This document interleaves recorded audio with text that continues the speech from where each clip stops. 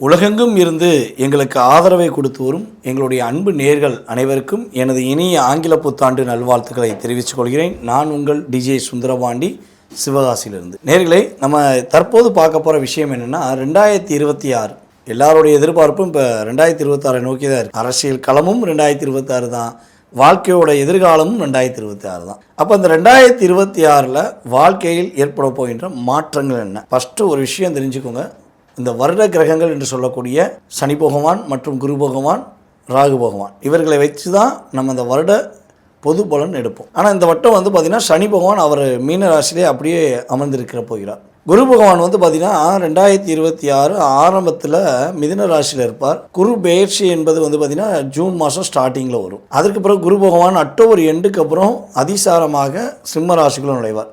அப்போ குருவுடைய இயக்கம் பார்த்திங்கன்னா 3 இடங்களில் பயணம் செய்கிறார். அதே போல் இந்த நிழல் கிரகம் என்று சொல்லக்கூடிய நிழல் கிரகங்களான ராகு, கேது பகவான். ராகு பகவான் பார்த்திங்கன்னா டிசம்பர் எண்டு, அதாவது டிசம்பர் மாதம் ஸ்டார்டிங்கில் 5ஆம் தேதியில் நம்மளுடைய ராகு பகவான் கும்ப ராசியிலேருந்து மகர ராசியை நோக்கி பயணிப்பார். கேது பகவான் சிம்ம ராசியிலேருந்து கடக ராசியை நோக்கி பயணிப்பார். இதுதான் அந்த கிரகத்துடைய மாற்றங்கள். ஸோ இந்த கிரகத்துடைய மாற்றங்களை வச்சு உங்களுடைய எதிர்காலம் எப்படி இருக்குங்கிறத பார்ப்போம். வாங்க வீடியோக்குள்ளே போகலாம்.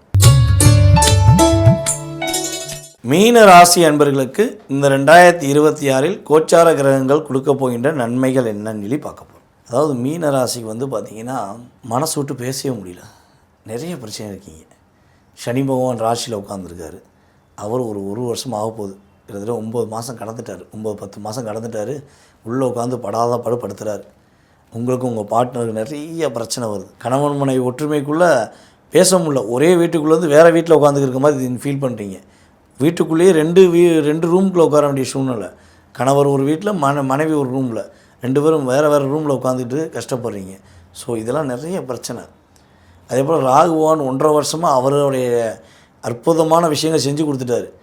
இப்போ ஒரு மனம் போல போக்கில் உங்களை எந்த அளவுக்குலாம் ஏமாத்தணுமோ சதி திட்டம் தீட்டிட்டாங்க. அப்படியே கம்பீரமாக இருந்த நீங்கள் கவலைப்பட வேண்டிய சூழ்நிலை கொடுத்துட்டாங்க.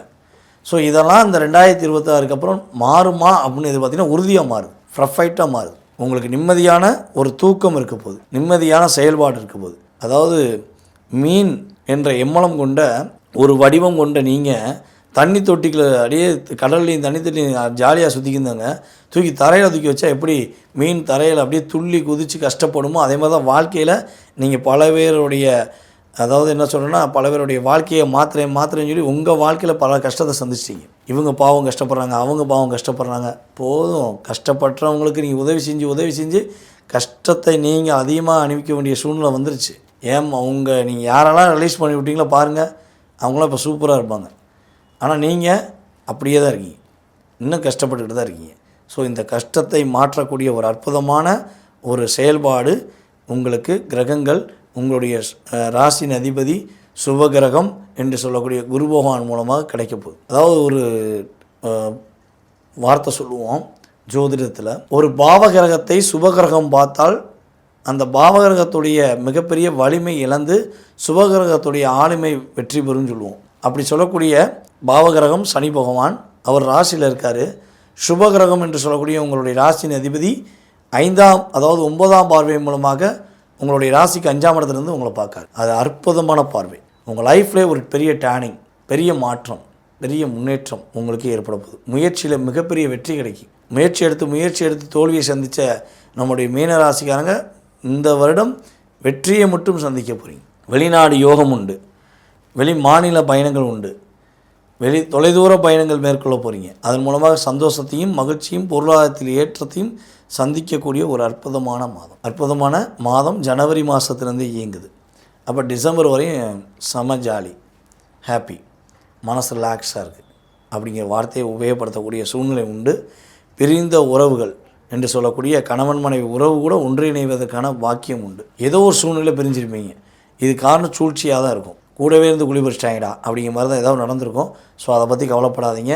நீங்கள் மனதார அந்த நபரை நேசிக்கிறீர்கள் என்றால், உங்களுடைய பார்ட்னரை நீங்கள் மறுபடியும் விரும்புகிறீங்கன்னா கண்டிப்பாக சேரும். ஃபஸ்ட்டு மேரேஜுக்காக காத்திருப்பவர்களுக்கு ஃபஸ்ட்டு மேரேஜ் முடிஞ்சு நிறைய பிரச்சனை சந்தித்து வாழ்க்கையே போதுண்டான்னு நினச்சவங்களுக்கு செகண்ட் மேரேஜ் உறுதியாக நடப்பதற்கான சூழ்நிலை அமைப்புகள் ஜூன் மாதத்துக்கு மேலே கிரகங்கள் கொடுக்குது. ஸோ திருமண பாக்கியம் என்பது உறுதியாக உண்டு. அதே போல் உங்களுடைய வீட்டில் சுப நிகழ்ச்சிகள் நடக்கும். அது வந்து உங்களுடைய மூத்த சகோதர சகோதரிகளுக்காக இருக்கலாம், அல்லது உங்கள் உடன் பிறந்த இளைய சகோதர சகோதரிகளுக்காக கூட இருக்கலாம் என்பது உறுதியாக சொல்லப்போம். ஸோ இவ்வளோ நன்மைகள் நடக்குது, இவ்வளோ மகிழ்ச்சி நடக்குது, நீங்கள் தைரியமாக நடக்க போகிறீங்க, தைரியமாக இருக்க போகிறீங்க. ஓகே, அப்போ எந்த விஷயத்தில் கவனமாக இருக்கணும் அப்படின்னா, எங்கேயாவது வந்து கடன் வாங்கி கொடுன்னு சொல்லி கூப்பிட்டாங்கன்னா ஃபோனை சுவிட்ச் ஆஃப் பண்ணிடுங்க. எவன் பேச்சும் கேட்காதீங்க. கடன் வந்து உங்கள் பேரை சொல்லி கூப்பிட்டாங்கன்னா தயவுசெய்து சுவிட்ச் ஆஃப் பண்ணி வச்சுக்கோங்க. ஒரு அரை மணி நேரம் கழித்து ஆன் பண்ணிக்கோங்க. ஆனால் எனக்கு ஒரு பிரச்சனைன்னு சொல்லி கூப்பிட்டாங்கன்னா போகாதீங்க. ஏன்னா 6ஆம் இடத்துல கிட்டத்தட்ட வந்து பார்த்திங்கன்னா உங்களுடைய ராசிக்கு 6ஆம் இடமான சிம்ம ராசியில் கேது பகவான் அப்படியே உட்காந்துருக்கார்.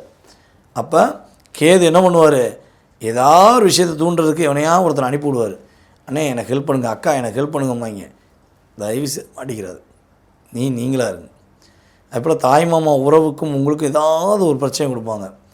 மாமாவை ஏதாவது சீண்டுவாங்க. மாமா ஏதாவது உங்கள்கிட்ட தேவையில்லாத வாதம் பண்ணுவார். இல்லை மாமா ஏதாவது மாமாவுக்கு ஏதாவது சின்ன சின்ன பிரச்சனை வந்துச்சுன்னா தயவுசெய்து மாமா நான் உங்கள்கிட்ட சண்டை போடுற மாதிரி இல்லை, நீங்கள் எதுவும் நினச்சிக்கிறாதீங்க, நம்ம பொறுமையாக போயிடுற மாமா அப்படின்ட்டு விலகி வந்துடுங்க. அதுபோல் அவங்களுக்கு விரிவாக விளக்கம் கொடுக்காதீங்க. ஏன்னா நீங்கள் கொடுக்குற விளக்கத்தை அவங்க ஏற்றுக்கவே மாட்டாங்க. ஸோ அதில் கவனமாக இருங்க. அதே போல் டாக்குமெண்ட் சம்மந்தப்பட்ட விஷயங்களை கையெழுத்து போடும்போது கவனமாக இருங்க. சரியா? ஸோ இதிலெல்லாம் கவனமாக இருந்தீங்கன்னா உங்கள் லைஃப்பில் பிரச்சனையை சந்திக்க மாட்டீங்க.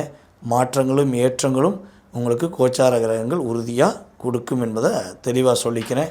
ஸோ இந்த 2026 நம்மளுடைய மீனராசி அன்பர்கள் மதுரை மீனாட்சி அம்மன் வழிபாடு பின்பற்றுவது மூலமாக முழுமையான ஆசீர்வாதம் கிடைக்கும். எப்போ வந்து பின்பற்றணும்னா, ஜனவரி மாதம் ஸ்டார்டிங்கில் மதுரை மீனாட்சி அம்மன் கோயிலுக்கு போகணும்.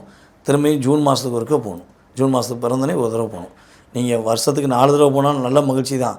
ஆனால் 2 தடவையாவது கட்டாயமாக போய்ட்டு வரணும். காலைல எந்திரிச்சோன்னே மதுரை மீனாட்சியே அம்மனே நீங்களே எனக்கு உறுதுணை, மதுரை ஆளும் மீனாட்சி என்னுடைய வாழ்க்கையை மாற்றங்களை கொடுங்க அப்படின்னு சொல்லி தாயை கண் மூடி வேண்டிக்கிட்டு உங்கள் லைஃப்பை தொடங்குங்க. அப்படியே ஒரு வைப்ரேஷன் முழுமையாக கிடைக்கும். 2026 மன மகிழ்ச்சிகளை அதிகமாக சந்திக்கக்கூடிய வாய்ப்பு மதுரை மீனாட்சி உங்களுக்கு கொடுப்பார். அதே போல் டாக்குமெண்ட் சம்மந்தப்பட்ட விஷயங்களை கையெழுத்து போடும்போது கவனமாக இருங்க. சரியா? ஸோ இதிலெல்லாம் கவனமாக இருந்தீங்கன்னா உங்கள் லைஃப்பில் பிரச்சனையை சந்திக்க மாட்டீங்க. மாற்றங்களும் ஏற்றங்களும் உங்களுக்கு கோச்சார கிரகங்கள் உறுதியாக கொடுக்கும் என்பதை தெளிவாக சொல்லிக்கிறேன்.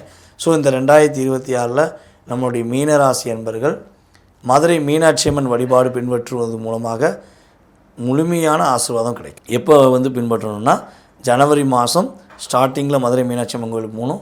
திரும்பியும் ஜூன் மாதத்துக்கு ஒருக்க போகணும். ஜூன் மாதத்துக்கு பிறந்தனே ஒரு தடவை போகணும். நீங்கள் வருஷத்துக்கு 4 தடவை போனாலும் நல்ல மகிழ்ச்சி தான். ஆனால் 2 தடவையாவது கட்டாயமாக போய்ட்டு வரணும். காலைல எந்திரிச்சோன்னே மதுரை மீனாட்சியே அம்மனே நீங்களே எனக்கு உறுதுணை, மதுரை ஆளும் மீனாட்சி என்னுடைய வாழ்க்கையை மாற்றங்களை கொடுங்க அப்படின்னு சொல்லி தாயை கண் மூடி வேண்டிக்கிட்டு உங்கள் லைஃப்பை தொடங்குங்க. அப்படியே ஒரு வைப்ரேஷன் முழுமையாக கிடைக்கும். 2026 மன மகிழ்ச்சிகளை அதிகமாக சந்திக்கக்கூடிய வாய்ப்பு மதுரை மீனாட்சி உங்களுக்கு கொடுப்பார்.